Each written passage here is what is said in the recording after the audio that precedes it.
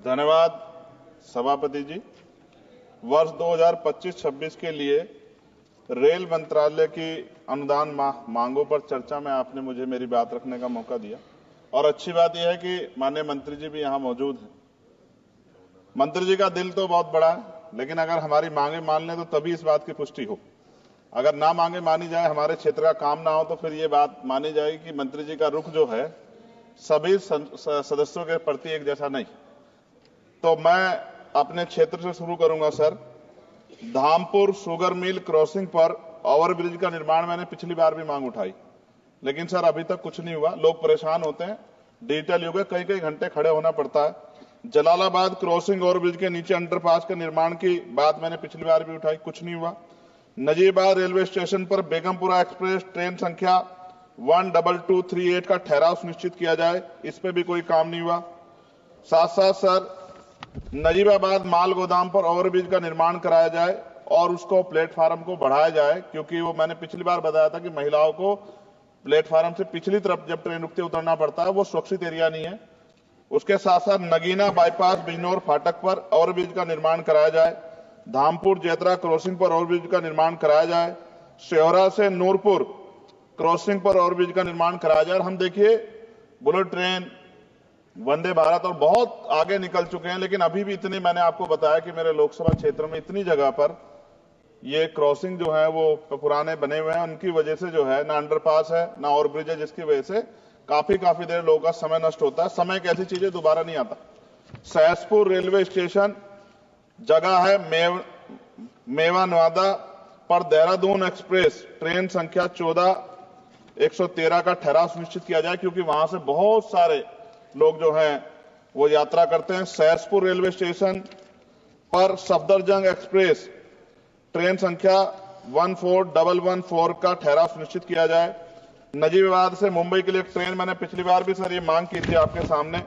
साथ साथ sir railway station जो है हमारे क्षेत्र के, उनकी हालत बड़ी खराब है। एक दो पे आपने काम कराया, मगर मेरी मांग ये है कि सभी रेलवे स्टेशन कायाकल्प कराए जाए, उनमें उनका जो है जीर्णोद्धारों की सुंदरता वो सुंदर लगे देख के। दूसरा, रेलवे में सुरक्षा व्यवस्था, कई घटनाएं हमने देखी जहां सुरक्षा व्यवस्था पे बड़े सवाल खड़े हुए। और एक तो हमारे लोकसभा के मेंबर ही थे राजस्थान के, उन्हीं का फोन वगैरह चोरी हो गया था अभी बाड़मेर वालों का। तो मैं इसलिए आपसे कह रहा हूं कि सुरक्षा सुनिश्चित हो, क्योंकि कई बार महिलाएं अकेली भी उसमें ट्रेवल करती हैं और बहुत सारी महिला जो है एमपी हमारे यहाँ पे भी ये चीजें आती हैं, इसका ध्यान रखा जाए। एक सर बहुत इंपॉर्टेंट डिमांड है मंत्री जी, मैंने आपको पत्र भी लिखा है। रेलवे प्रशासन उत्तर मध्य रेलवे आगरा के कार्यालय सीनियर सेक्शन इंजीनियर ईदगाह द्वारा एक पत्र लिखा गया 11 तारीख को, और जो डॉक्टर बाबा साहब अम्बेडकर के समय में जो एक अम्बेडकर भवन बना था, जो निकट फाटक संख्या 75A 12 खंबा पे, उसको अतिक्रमण घोषित कर दिया गया। ये क्या मैं ये मानूं कि ये सरकार का डॉक्टर बाबा साहब अम्बेडकर के प्रति सम्मान है, प्रेम है, कि बाबा साहब अम्बेडकर के नाम पे बने भवन को अतिक्रमण घोषित करके कह दिया 15 दिन में हटा दो? ये गलत। मैंने आपको पत्र लिखा है सर, इसका संज्ञान ले।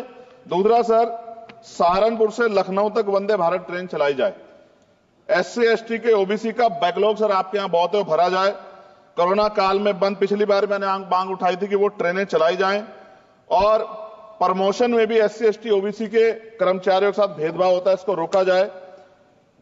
मैंने पिछली बार लोको पायलटों की मांग उठाई थी कि उनको जो है 2 रात को 2 दिन ड्यूटी करने के बाद फिर ड्यूटी कराई जाती है, और वो लोग जो है फिर कई बार कई घटनाएं ऐसी घटती हैं कि एक नींद की झपकी लगी और एक्सीडेंट हो गया, और सारा दोष आपकी तरफ आता।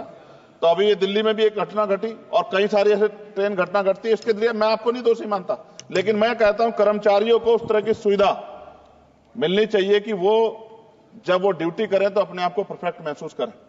लेकिन अगर ये इस पे ध्यान नहीं दिया गया तो किसी दिन कोई बहुत बड़ी घटना घटेगी। तो लोगों के जीवन की कीमत होनी चाहिए। ये इसमें रेलवे में अमीर भी सफर करता है, गरीब भी करता है, लेकिन अमीर के साथ अगर कोई हादसा होता तो वो चर्चा होती, गरीब के साथ हादसे की चर्चा नहीं होती। ये अनुभव है, हमने रेलवे में सफर किया और रेलवे में करोड़ों लोग सफर करते हैं। कई बार मैंने जो है ऐसी परिस्थितियों में सफर किया जब बहुत पुराने समय में, लेकिन मैं धन्यवाद करूंगा रेलवे का कि रेलवे ने हमेशा जो है अपनी जिम्मेदारियों को समझा, चाहे सरकार किसी की भी रही हो। लेकिन मंत्री जी, आपकी कोशिशों की मैं सराहना करता हूं, लेकिन आप ये देखिए पर्याप्त नहीं है कोशिशें। जब बदलाव नहीं हो रहा, लोगों को सुविधा नहीं मिल रही है, उस तरह की चीजें नहीं आ रही है, तो ये पर्याप्त नहीं है। मैं सभापति जी खत्म करूंगा। एक आउटसोर्सिंग रेलवे में बहुत हो रही है सर, और आउटसोर्सिंग की वजह से SC ST OBC और अब EVS EWS के बच्चों को जो है आरक्षण का लाभ नहीं मिलता। आप चेक करा लो, करोड़ों लाखों नौकरियां होंगी उस पे, ठेकेदारी पे, आउटसोर्सिंग पे। और जब सरकार कहती है सबका साथ सबका विकास, तो आप ही, मेरा ये सवाल है कि जब इन लाखों नौकरियों में रिजर्वेशन का पालन नहीं हो रहा, जबकि DOPT गाइडलाइन है, तो फिर मैं क्यों ना मानूं कि सरकार नहीं चाहती कि SC ST OBC और EWS जो हैं, जो सामान्य जाति गरीब बच्चे, उनको जो आरक्षण के लाभ से वंचित करने का काम सरकार कर रही है, ये क्या सही है? तो मंत्री जी, मैं उम्मीद करूंगा कि जब आप अपनी बात रखेंगे और जवाब देंगे, तो आप इन सवालों का भी जवाब देंगे कि इन क्षेत्रों में हमारे, सर सभापति जी, मेरे क्षेत्र के लोग भी टैक्स देते हैं ना, हमारे भी हक बैठता कि सरकार के लोगों का काम होगा, सिर्फ हमारे लोगों का काम नहीं होगा जहां से हम जीत के आए। अगर उन क्षेत्रों में काम नहीं होगा तो फिर ये क्यों ना कहा जाए कि सरकार जो है भेदभाव कर रही। इसलिए मैं माननीय मंत्री से मांग करूंगा, एक मांग इन्होंने मेरी पूरी भी की थी पिछली बार, जब बेगमपुरा ट्रेन में सफाई की व्यवस्था करा के इन्होंने दी थी, मैं इसके लिए धन्यवाद करता हूं जी। समाप्त कीजिए आप जी। समाप्त कर रहा हूं। मगर मैं मंत्री जी से कह रहा हूं कि सर, हमारे यहां जो समस्याएं जो ये जेन्युइन समस्याएं, हम इनसे रोज 2-4 होते हैं, और जनता हमसे उम्मीद करती है कि हम इस बात को उठाएंगे तो उसका, मगर मुझे यह भी जवाब दे दीजिएगा कि ये जो उठाई जाती है इसका कोई फर्क भी पड़ता है, सरकार पे नहीं पड़ता, या सरकार सिर्फ इसको, सर मैं खत्म कर रहा हूं सर, लास्ट सेकंड में खत्म कर दूंगा। जो मांग हम यहां उठाते हैं, क्या इन पे कोई अमल होता है, नहीं होता है, या ये सिर्फ इसलिए कि भाई चलो उन्होंने उठा दी और बस खत्म होगी बात? ऐसा ना कीजिए सर, अगर ऐसा करेंगे तो ये व्यवस्था अच्छी नहीं है। मैं आपका धन्यवाद दूंगा सभापति जी, और मंत्री से आग्रह करूंगा कि हमारी मांग को माना जाए। धन्यवाद।